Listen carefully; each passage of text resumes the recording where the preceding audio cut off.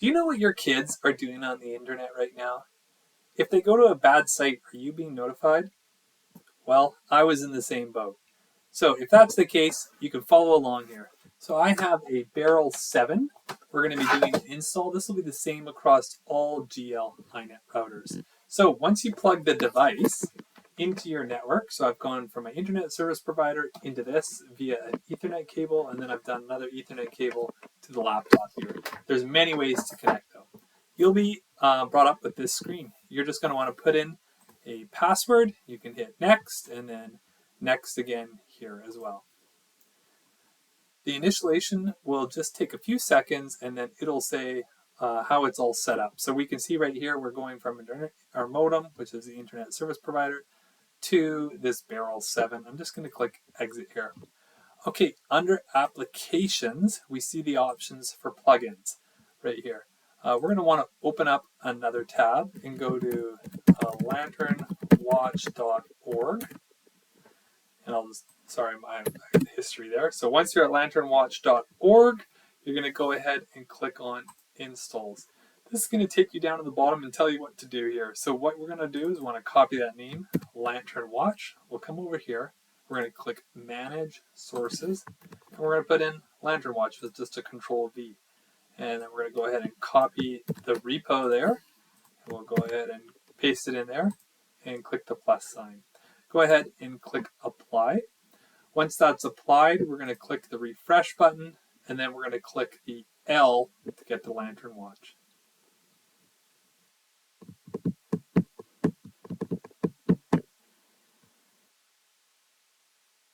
All right, click the L. We can see Lantern Watch right there, and we're going to go click on Install. This install is going to take about 2 minutes, maybe a little longer, to do the full install. So it's reaching out to the GitHub, and it's downloading it onto the router as we speak. All right, so who am I? My name's Ryan Moody. I have 6 kids. I've been married for 27 years. Hard to believe. Yes, I got married right out of high school. So a friend recently, I work in the telecom and network industry. Another homeschooling family came and said, hey, Ryan, is there anything we can install on our network so we can be notified if the kids go to a certain site? And along that line, is there an opportunity for us to block certain sites? And the answer is yes. There's lots of tools out there. But if you're not too technical, is there anything easy? Well, on these GL.iNet routers, there's something called Adguard. And Adguard is almost there. It's open source, and the GL.iNet router is open source as well. So Adguard allows you to API into it, more or less. So we built Lantern Watch. So Lantern Watch can be installed very simply on these routers, or we can install it for you. And we can set up notifications, and we can set up different lists and different profiles. So that's what this is all about. Let's jump into it. So we can see installation succeed. We're going to scroll on down near the bottom, and it says more or less thanks for installing, and you can go ahead and go to the Lantern Watch site, which is, trying to find it right in the writing. Here it is right here. Finish your setup, go here. So we can open up a new tab, open up that, and we're into Lantern Watch now on the GL.iNet router. We need to set a password for the admin. So you can go ahead and pick your own password wherever you like, whatever you like. You're going to click Secure My Dashboard, Protect My Family. And this is just setting up everything in Adguard right now with our default settings. And I'll show you what that is here shortly. Okay, you're all set. You want to set up your notifications. We're going to show you that. And you can go ahead and click Go to My Dashboard. This checkbox right here just alerts me that people are using this device. No personal information is sent. Okay, click Go to Dashboard. And there we go. So we are up and running. Technically, anybody who connects to this will get a block page if they went to a bad site, and we can do some really cool things. So let's do kind of a quick overview here. So right now you can see with this one laptop and the one setup, there's already been 77 DNS inquiries. There's been a 10% block rate already. It says 2 devices connected and amount of data saved. So let's jump over into the social profile settings. So if we come over here, out of the box, Adguard is set up as moderate. All social media allowed. Adult content is blocked by Adguard with safeguard search on. So safeguard search is like, so DuckDuckGo, Google, Yahoo, all those search engines, they have a safe search option. So that turns that all on. One thing it does turn on also is YouTube. So my kids and I leave comments on YouTube. So if you wanted to leave comments on YouTube, you'd have to turn that off and hit save there. And then that'll allow you to, it'll turn safe search off of YouTube. So technically you could see stuff that they don't deem as safe search.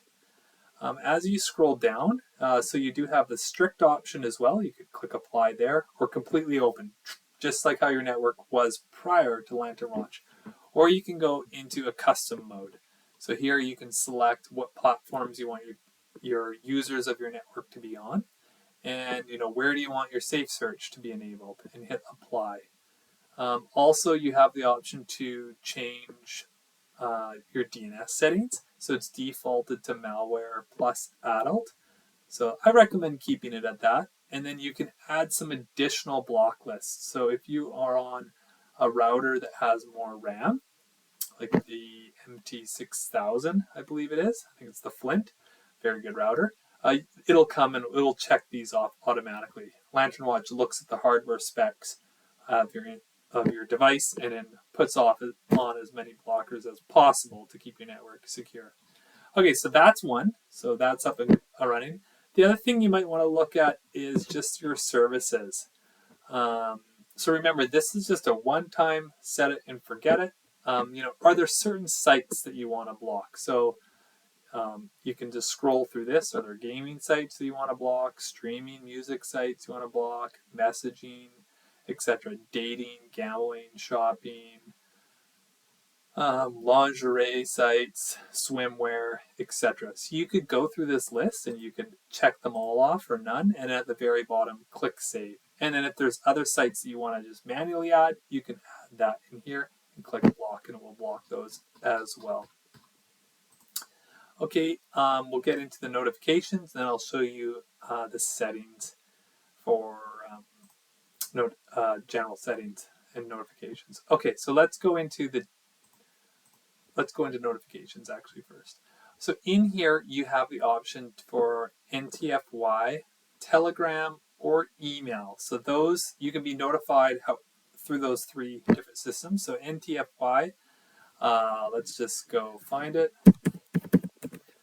This app is private to your home network. So if you install this, the instructions are very easy. We've laid them out down here for you.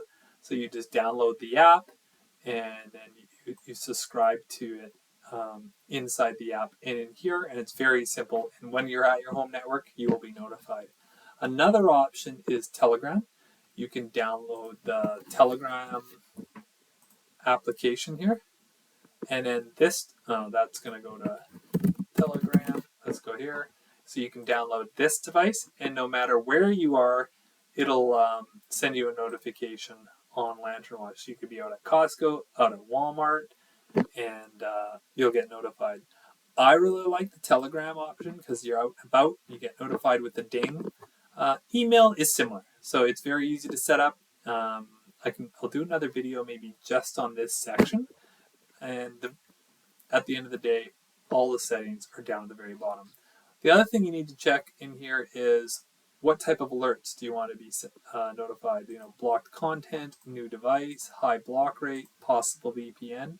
So you can check those off or not. What time of day do you want your daily summary report? Do you want it at 8 o'clock?